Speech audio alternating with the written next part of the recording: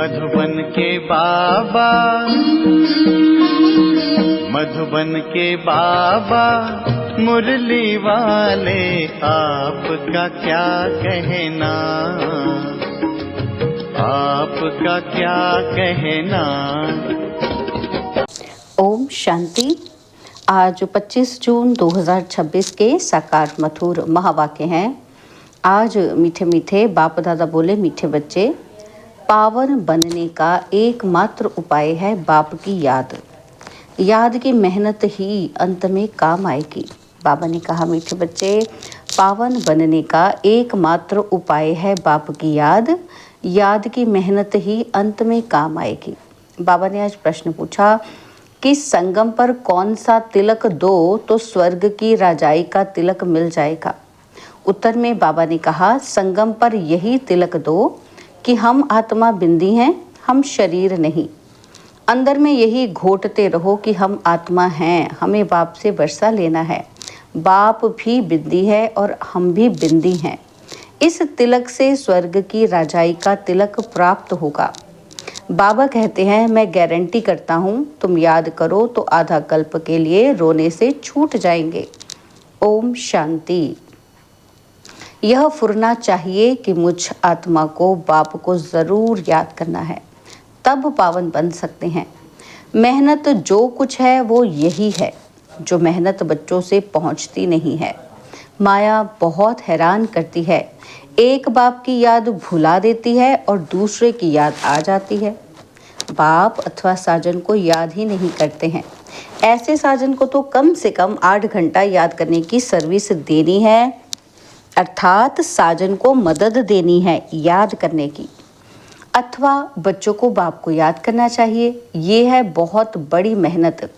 गीता में भी है, मन मना भव। बाप को याद करते रहो, उठते बैठते चलते फिरते एक बाप को ही याद करते रहो और कुछ नहीं।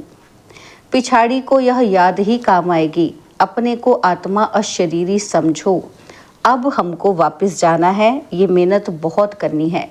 सवेरे स्नान आदि करके फिर एकांत में ऊपर छत पर व हॉल में आकर बैठ जाओ। जितना एकांत हो उतना अच्छा है। हमेशा यही ख्याल करो कि हमको बाप को याद करना है, बाप से पूरा वर्षा लेना है। ये मेहनत हर 5000 वर्ष बाद तुमको करनी पड़ती है। सतयुग, त्रेता, द्वापर, कलयुग, कहीं भी तुमको ये मेहनत नहीं करनी पड़ेगी। इस संगम पर ही तुमको बाप कहते हैं कि मुझे याद करो। बस यही वेला है जब बाप कहते हैं मुझे याद करो। बाप आते भी संगम पर हैं और कभी बाप आते ही नहीं। तुम भी नंबरवार पुरुषार्थ अनुसार जानते हो। बहुत बच्चे बाप को भूल जाते हैं, इसलिए बहुत धोखा खाते हैं। रावण बहुत धोखेबाज है, आधा कल्प का यही दुश्मन है। इसलिए बाप कहते हैं, रोज सवेरे उठ ये विचार सागर मंथन करो और यही चार्ट रखो। कितना समय हमने बाप को याद किया, कितनी जंग उतरी होगी, सारा मदार याद के ऊपर है। बच्चों को पूरी कोशिश करनी है अपना पूरा वर्षा पाने के लिए। नर से नारायण बनना है। ये है सच्ची सत्यनारायण की कथा। भक्त लोग पूर्णमासी के दिन सत्यनारायण की कथा करते हैं। अभी तुम जानते हो कि 16 कला संपूर्ण बनना है, वह बनेंगे सत्य बाप को याद करने से। बाप है श्रीमत देने वाला। बाप कहते हैं, ग्रस्त में रहो, धंधा धौरी आदि कुछ भी करो, बाप को याद ज़रूर करना है और पावन बनना है। बस याद नहीं करेंगे तो रावण से कहीं ना कहीं धोखा खाते रहेंगे। इसलिए मूल बात समझाते हैं याद की। शिव बाबा को याद करना है। देह सहित देह के जो भी संबंधी हैं उनको भूल अपने को आत्मा निश्चय करो। बाप बार बार समझाते हैं कि अपने को आत्मा समझ बाप को याद करना है, नहीं तो फिर अंत में बहुत बहुत पछताएंगे, बहुत धोखा खाएंगे। ऐसा कोई जोर से थप्पड़ लगेगा जो माया एकदम काला मुंह करा देगी। बाप आए हैं मुंह गोरा बनाने। इस समय सब एक दो का काला मुंह करते रहते हैं। गोरा बनाने वाला एक ही बाप है, जिसकी याद से तुम गोरे स्वर्ग के मालिक बनेंगे। ये है ही पतित दुनिया। बाप आते ही हैं पतितों को पावन बनाने। बाकी तुम्हारे धंधे दौरी आदि से बाबा का कोई संबंध नहीं है। शरीर निर्वाह अर्थ तुमको जो करना है सो करो। बाप तो सिर्फ कहते हैं मन मना भव। तुम कहते भी हो कि हम कैसे पावन दुनिया का मालिक बने। बाप कहते हैं सिर्फ मुझे याद करो बस, और कोई उपाय पावन बनने का है ही नहीं। कितना भी दान पुण्य आदि करें, कितनी भी मेहनत करें, चाहे आग से जाते आते रहें, कुछ भी काम नहीं आ सकता है सिवाय एक बाप की याद के। बहुत सिंपल बात है, इसको कहा जाता है सहज योग। अपने से पूछो कि हम अपने मीठे मीठे बाप को सारे दिन में कितना याद करते हैं। नींद में तो कोई पाप नहीं होते हैं, अशरीरी हो जाते हैं। बाकी दिन में बहुत पाप होते रहते हैं और पुराने पाप भी बहुत हैं। मेहनत करनी है याद की। यहाँ आते हो तो ये मेहनत करनी है, बाहर के वाहियात संकल्पों को उड़ा दो, नहीं तो वायुमंडल खराब कर देते हैं। घर के खेतीबाड़ी के ख्यालात चलते रहते हैं। कभी बच्चे याद पड़ेंगे, कभी गुरु की याद आएगी। संकल्प चलते ही रहेंगे तो वायुमंडल को खराब कर देंगे। मेहनत नहीं करने वाले विघ्न डालते हैं। ये इतनी महीन बातें हैं, तुम भी अभी जानते हो और फिर कभी नहीं जानेंगे। बाप अभी ही वर्षा देते हैं, फिर आधा कल्प के लिए निश्चिंत हो जाते हैं। लौकिक बाप के फुरने और बेहद बाप के फुरने में उनके ख्यालों में कितना अंतर है। बाप कहते हैं कि भक्ति मार्ग में मुझे कितना फुरना रहता है। भगत कितना घड़ी घड़ी याद करते हैं, सतयुग में कोई भी याद नहीं करते। बाप कहते हैं कि तुमको इतना सुख देता हूँ जो तुमको मुझे वहाँ याद करने की दरकार ही नहीं रहेगी।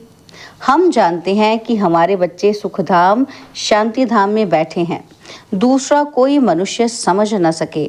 ऐसे बाप में निश्चय बुद्धि होने में माया विघ्न डालती है। बाप कहते हैं कि सिर्फ मुझे याद करो तो तुम्हारे में जो अलाई पड़ गई है, चांदी तांबा लोहा, वो निकल जाएगी। गोल्डन एज से सिल्वर एज में आने से भी 2 कला कम होती हैं। ये बातें तुम सुनते और समझते हो। जो सच्चा ब्राह्मण होगा उनको अच्छी रीति बुद्धि में बैठेगा, नहीं तो बैठेगा ही नहीं, याद टिकेगी ही नहीं। सारा मदार बाप को याद करने पर है।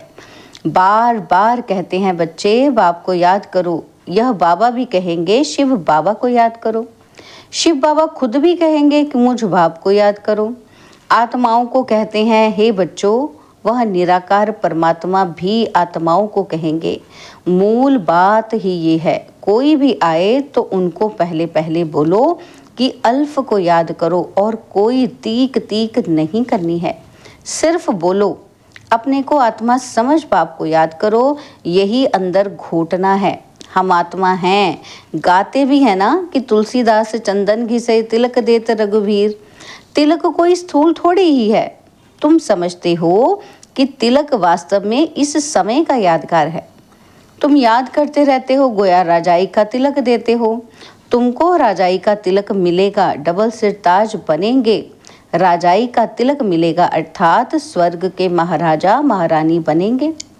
बाप कितना सहज बताते हैं कि बस सिर्फ ये याद करो कि हम आत्मा हैं, शरीर नहीं। हमको बाप से वर्षा लेना है। तुम जानते हो कि हम आत्मा बिंदी मिसल हैं। बाबा भी बिंदी है। बाबा ज्ञान का सागर, सुख का सागर है। वह हमको वरदान देते हैं, इनके बाजू में आकर बैठते हैं। गुरु अपने शिष्य को बाजू में बिठाए सिखाते हैं, यह भी बाजू में बैठे हैं। बच्चों को सिर्फ कहते हैं अपने को आत्मा समझो, माम एकम याद करो। सत्युग में भी तुम अपने को आत्मा समझते हो, परंतु बाप को नहीं जानते हो। हम आत्मा शरीर छोड़ते हैं, फिर दूसरा लेना है। ड्रामा अनुसार तुम्हारा पाठ ही ऐसा है, इसलिए तुम्हारी आयु वहाँ बड़ी रहती है, पवित्र रहते हो। सतयुग में आयु बड़ी रहती है, कलयुग में छोटी हो जाती है। वहाँ है योगी और यहाँ है भोगी। पवित्र होते हैं योगी, वहाँ रावण राज्य ही नहीं, आयु बड़ी रहती है, और यहाँ आयु कितनी छोटी होती है। इसको कर्म भोग कहा जाता है। वहाँ अकाल मृत्यु कभी होती ही नहीं। तो बाप कहते हैं कि बाप को पहचाना है तो श्रीमत पर चलो। एक बाप को याद करो, अपने को आत्मा समझो, हमको अब जाना है, ये शरीर छोड़ना है, बाकी टाइम सर्विस में लगाना है। तुम बच्चे बहुत गरीब हो इसलिए बाप को तरस पड़ता है। तुम बुढ़ियों कुब्जाओं आदि को कोई तकलीफ नहीं देते हैं। बुढ़ी को कुब्जा कहा जाता है। बुढ़ियों को समझाया जाता है कि बाप को याद करो। तुमसे कोई पूछे कि कहाँ जाती हो, बोलो गीता पाठशाला में जाते हैं। बच्चे प्रदर्शनी आदि पर कितना खर्चा करते हैं, लिखते भी हैं कि फलाना अच्छा प्रभावित हुआ, परंतु बाबा कहते हैं एक भी ऐसे नहीं लिखता कि बरोबर इस समय बेहद का बाप इस ब्रह्मा तन में आया हुआ है, उससे ही स्वर्ग का वर्षा मिल सकता है। बाबा समझ जाते हैं कि एक को भी निश्चय नहीं हुआ है, सिर्फ प्रभावित होते हैं कि ये ज्ञान बहुत अच्छा है। सीढ़ी ठीक रीति से दिखाई है, परंतु खुद योग में रह तमो प्रधान से सतो प्रधान बने वो नहीं करते, सिर्फ कहते ही हैं कि समझानी बहुत अच्छी है। परमात्मा से वर्षा पाने की। कौन सी समझानी? परमात्मा से वर्षा लेने की। बाबा कहते हैं परंतु खुद पाए वो नहीं, कुछ भी पुरुषार्थ ही नहीं करते। प्रजा ढेर बनेगी, बाकी राजा बने वो मेहनत है। हर एक अपनी दिल से पूछे कि हम कहाँ तक बाप की याद में हर्षित रहते हैं, हम फिर से सो देवता बनते हैं। ऐसे ऐसे अपने साथ एकांत में बैठ बातें करो, ट्राई करके देखो।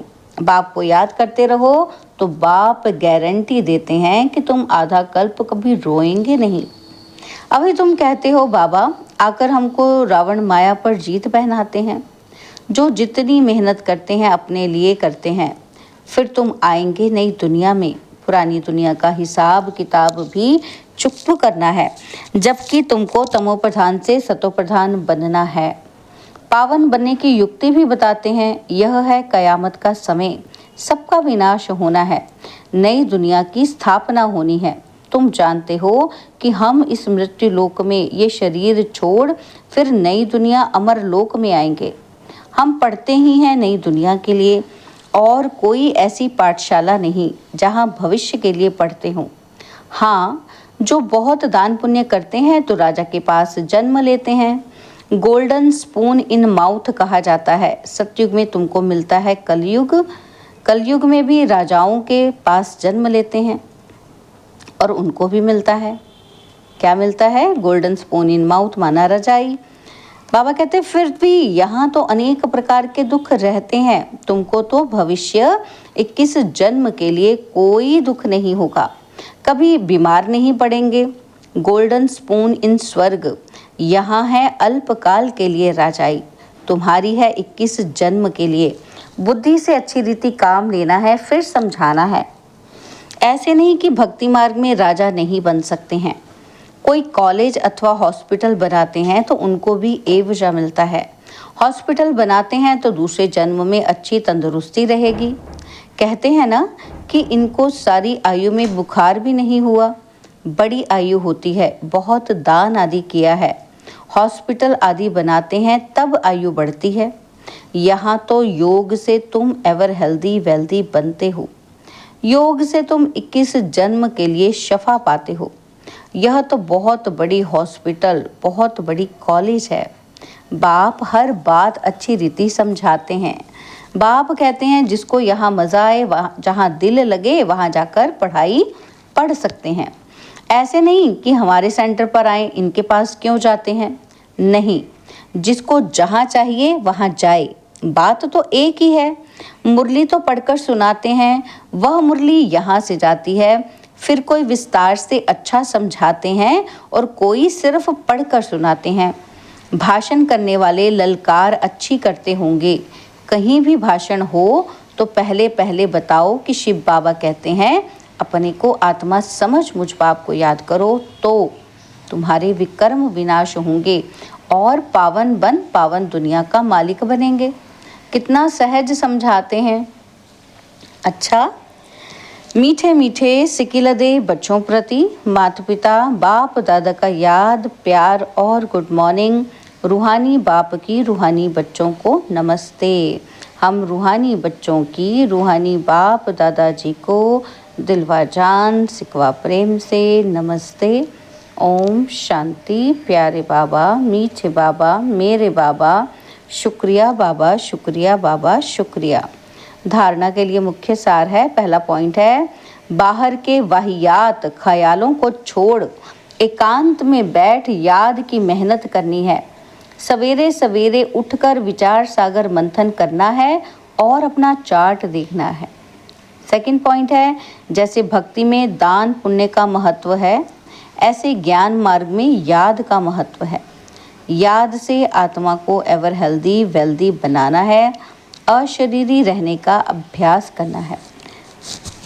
बाबा ने आज हमें वरदान दिया, कंबाइंड रूप की सेवा द्वारा आत्माओं को समीप संबंध में लाने वाले कंबाइंड रूपधारी भव। कंबाइंड रूप की सेवा द्वारा आत्माओं को समीप संबंध में लाने वाले कंबाइंड रूपधारी भव। सिर्फ आवाज़ द्वारा सेवा करने से प्रजा बनती जा रही है, लेकिन आवाज़ से परे स्थिति में स्थित हो, फिर आवाज़ में आओ। अव्यक्त स्थिति और फिर आवाज़, ऐसे कंबाइंड रूप की सेवा वारिस बनाएगी। आवाज़ द्वारा प्रभावित हुई आत्माएं अनेक आवाज़ सुनने से आवागमन में आ जाती हैं, लेकिन कंबाइंड रूपधारी बन कंबाइंड रूप की सेवा करो तो उन पर किसी भी रूप का प्रभाव पड़ नहीं सकता। स्लोगन, साधनों में बेहद की वैराग्य वृत्ति की साधना मर्ज ना होने दो। साधनों में बेहद के वैराग्य वृत्ति की साधना मर्ज ना होने दो। बाबा के अव्यक्त इशारे हैं, सदा हर्षित रहने के लिए अपनी नेचर को सरल बनाओ, सहनशील बनो। बाबा कहते हैं जो सहनशील बच्चे हैं वो अपनी सहनशीलता की शक्ति से कैसे भी कठोर संस्कार वालों को, कैसे भी कठिन कार्य को शीतल बना देते हैं, वो सहज कर देते हैं। सहनशीलता के गुण वाला गंभीर होगा और गहराई में जाएगा। वह कभी घबराएगा नहीं, गहराई में जाकर सफलता प्राप्त करेगा। अच्छा, ओम शांति।